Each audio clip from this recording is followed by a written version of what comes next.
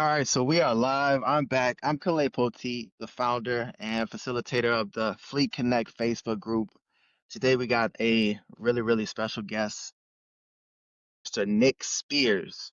And today we're going to be talking about why trucking companies are kind of rethinking driver strategies, right? This is a big topic in the industry. You always hear things about driver shortages. You hear things about all kinds of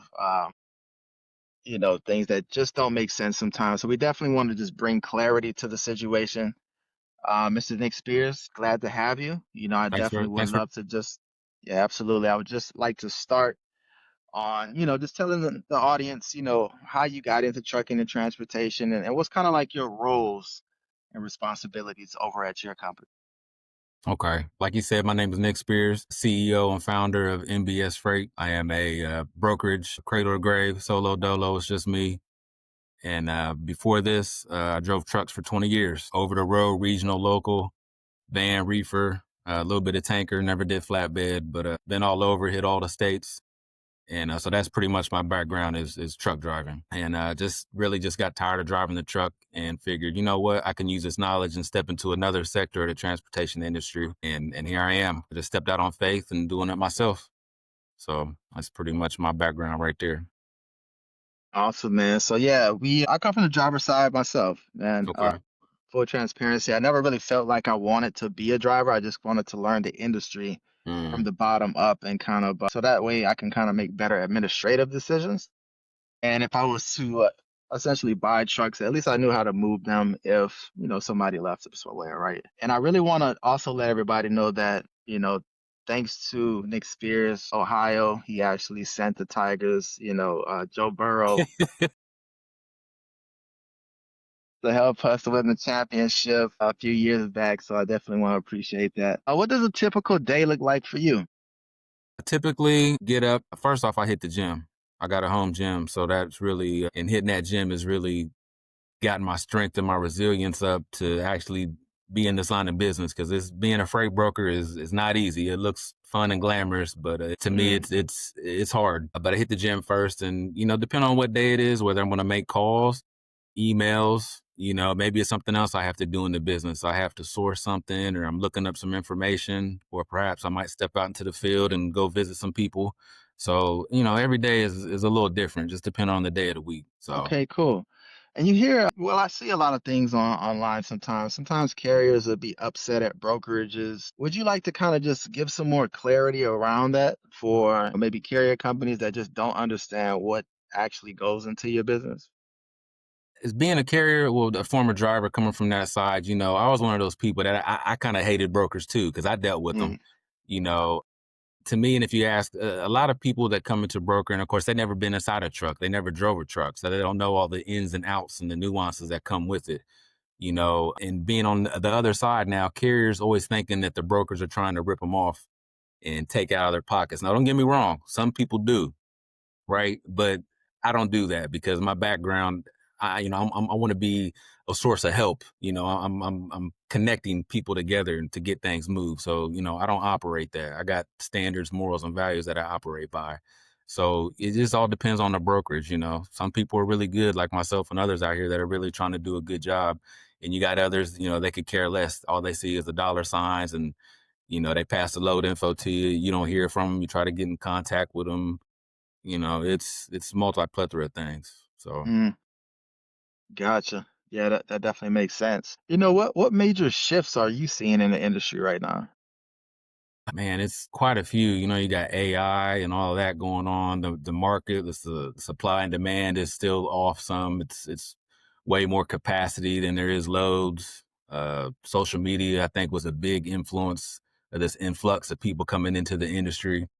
Mm, And these social media influencers, they're just they come in and, they're showing the money and this and that, but they're not telling you all the other stuff that you have to deal with. And then what I see now is you got a lot of people out here that are giving up after a couple months, mm, because they didn't get the real information or they didn't do any due diligence themselves to figure out, okay, this is really what truck driving is. It's a lifestyle. It's not a job.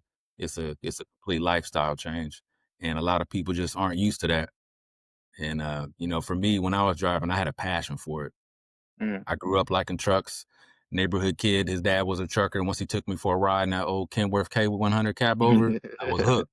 And then my uncle was an actual truck driver, and I remember going out with him, missing school a little bit, kind of fleeted away. Then went to the Air Force, and after the Air Force, I said, you know what, I'm gonna try my hand at trucking, and I've been here ever since.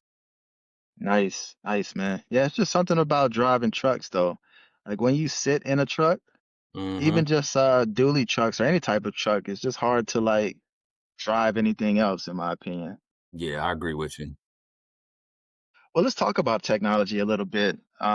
Inside of your brokerage and with AI coming out and being here, where do you feel like it's best used in on the broker side of things, and what kind of technologies are you adapting right now? Tech, to be honest with you, I'm running real lean right now, and Mm, until some things changes, I don't use a whole lot of tech per se. You see a lot of these brokerages and a lot of brokers, I got these tech stacks, you mm, know.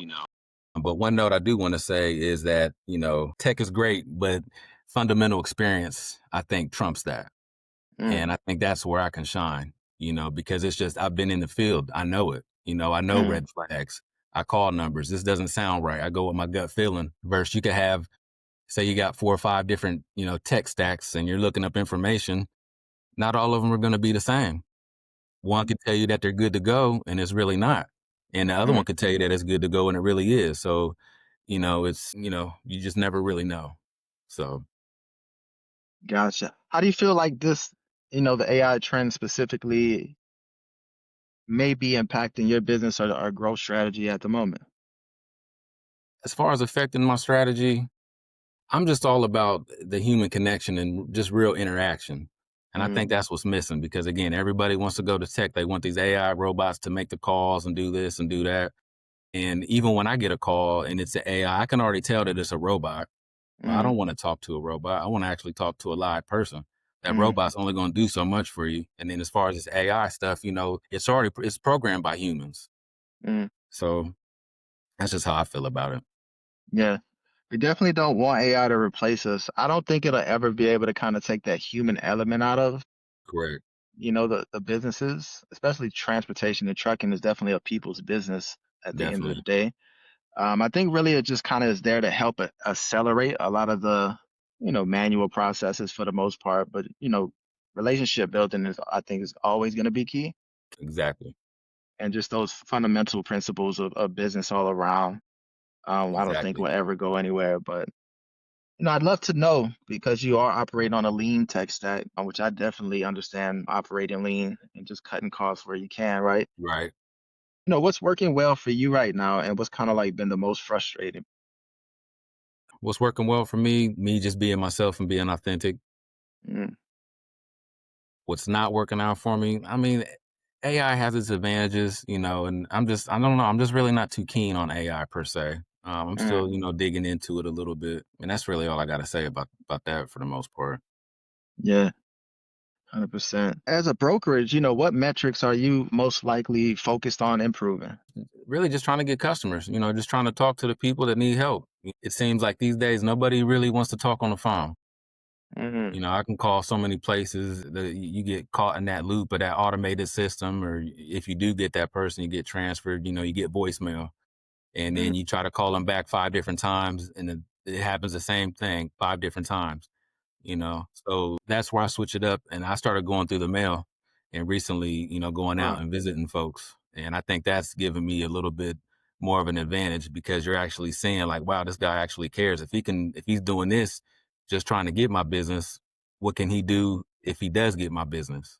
Mm, So I kinda use that to my advantage. nice. That's a great strategy. So mostly it was mostly cold calls, and now you're doing more in person, Yeah. just kind of Yep. stepping out. Emails, I don't like emails. Emails, they just go in the trash. Just imagine you open up your email every day, especially if you work, even a regular job. Imagine how many emails you got, and you got to filter through all those. Mm, If you don't catch them in that first couple seconds, it's a wrap. They're not looking at that. It's mm, going right in the spam folder. And if you do it too much, it will consider you spam, and you'll never be able to get through. yeah, yeah. That's a big thing. I think deliverability, but cold, well, emails essentially is definitely a big thing. Um, yeah, and that process typically I say takes about 2 to 3 weeks to kind of warm up new domains, so that Yeah, way you don't kind of land in the spam box. right. And just making sure you're protecting that, deliverability at all times, is super important because nobody wants to go to spam, right? Yeah, exactly. But we have like I was talking to a guest last week and he said he has like a no email a process where pretty much clears the entire thing so that way he never misses an important email, Mm, which I thought that was really, really interesting. And when I think of a lot of decision makers in companies, I believe that, they're typically always busy, right? It's hard to yeah, get in touch with definitely. people. So again, making sure for one that you have the right person that you're kind of contacting, Yes, and yes, just yeah, and crafting something very, the messaging to be very, very appealing or just catch their attention overall. I think yes. is very important to just Straight at to the least point, throw some humor in there, just, right, make it so that it's not spammy yeah, and it's not written by AI. Because sometimes you can tell when things are written by AI. yeah, 100%. You definitely want to add some personalization in there. Uh, Exactly. okay, cool, man. That's really interesting. So, where are you hoping to be? Where do you want to take the company in like the next 6 to 12 months from now? Like, what some of your goals that you're lining up? Just adding customers. Eventually I'd like to get an agent or two under me. And what's crazy right now is I've had about a good handful of people, reaching out to me, whether questions or thinking about making a switch to this or that. And it's kind of surprising to me, but I must be doing something right. If people Mm, are wanting to reach out and connect with me and, they see what I'm doing, and that's just me just being authentic and just being myself out here. That's all I can do. And that's all I strive to do. I don't want to be like you or this or that person over there. mm, There's only one of me. So I'm just sticking to being authentic as can be, and what you see is what you get. nice. Perfect, man. So you're looking to do some hiring soon, bringing on some reps. But not just yet, not Not yet. just yet? But it's one of the things that I wrote down, Okay, on my list, and it's if this is a sign to come, then I'm on the right path. nice. Okay, yeah, perfect, man. Yeah, Yes, having sir. a good team is, I think, essential a lot of times. Just having, A players on the team definitely makes a huge difference, and especially when I was operating just me, myself, right? Because I started this company with, my fiance, of course, when I was owner operator, she was my Okay. dispatcher. So it was just me and her. And then she started to focus on a couple of other things, some corporate consulting and corporate marketing and whatnot. So that kind of more her passion, right? She has a bachelor's in agricultural business and English literature, so kind of well-rounded, and she Okay. kind of just gravitated more towards that. Of course, trucking certain period of time was kind of a little tougher than usual. Yeah, that transition. Only, yeah, so she's happy with that, and I kind of discovered a new team that really gets it, and that was like a game changer for me too. So team players Sweet. is awesome. And if you could solve like one major challenge today, what would that be? One.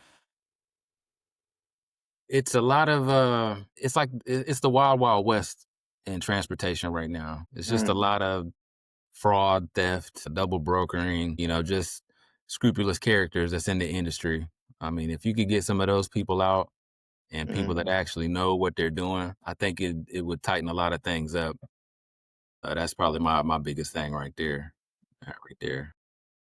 Yeah, definitely been a big issue for a lot of people. One of my partners that we just brought on, he had a situation with that was ugly. I didn't even know things like that could even happen. What happened was a rundown. Well, somebody actually got access to an Amazon account, like the email credentials and everything, and completely locked them out of it and was able to kind of just Like an go imposter. completely. He got in there and Yeah, yeah, started yeah. acting like that was Right, their company.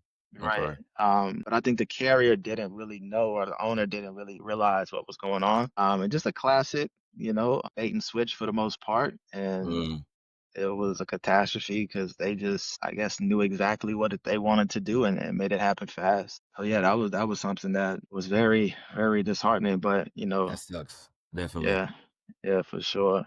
I mean, I think I've been double broker before, but as far I never had a load stolen, no, nothing bigger than a double brokering, Mm, which isn't good, but I think that happens to every broker. Mm, You could even talk to a good carrier and, without you knowing, they could give it to somebody else. So again, you just never really know. yeah, yeah.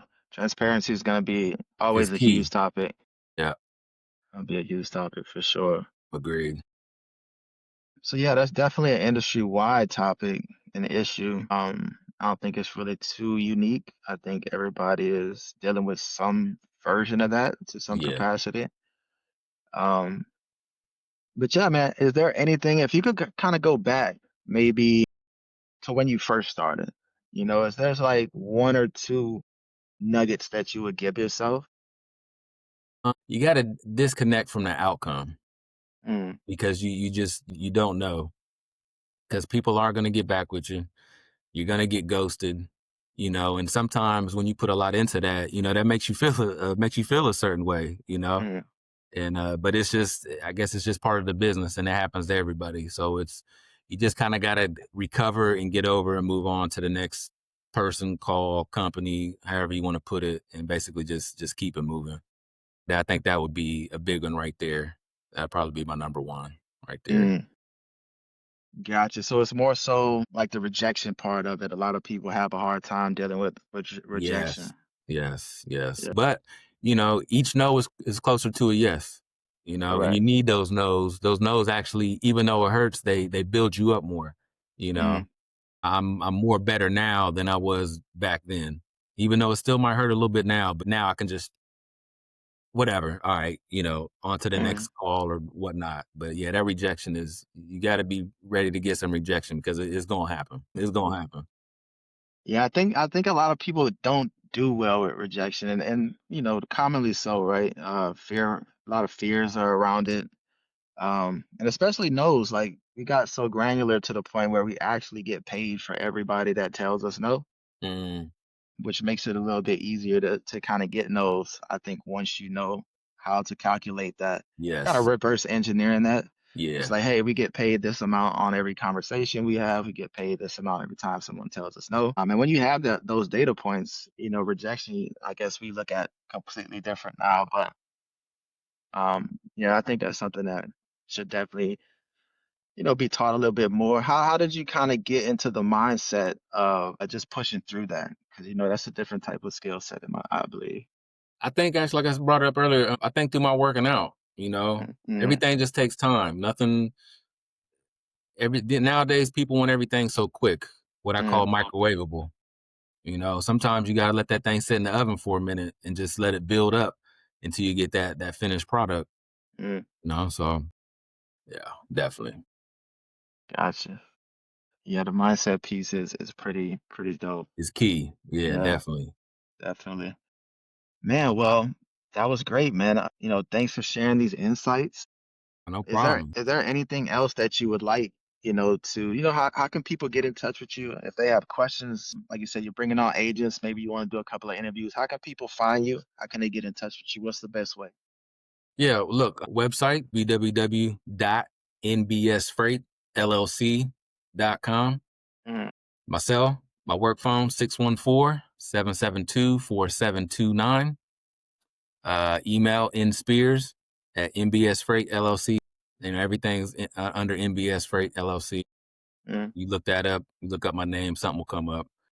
But I'm always down to network, and I appreciate you for reaching out and even having me on here. So I appreciate that.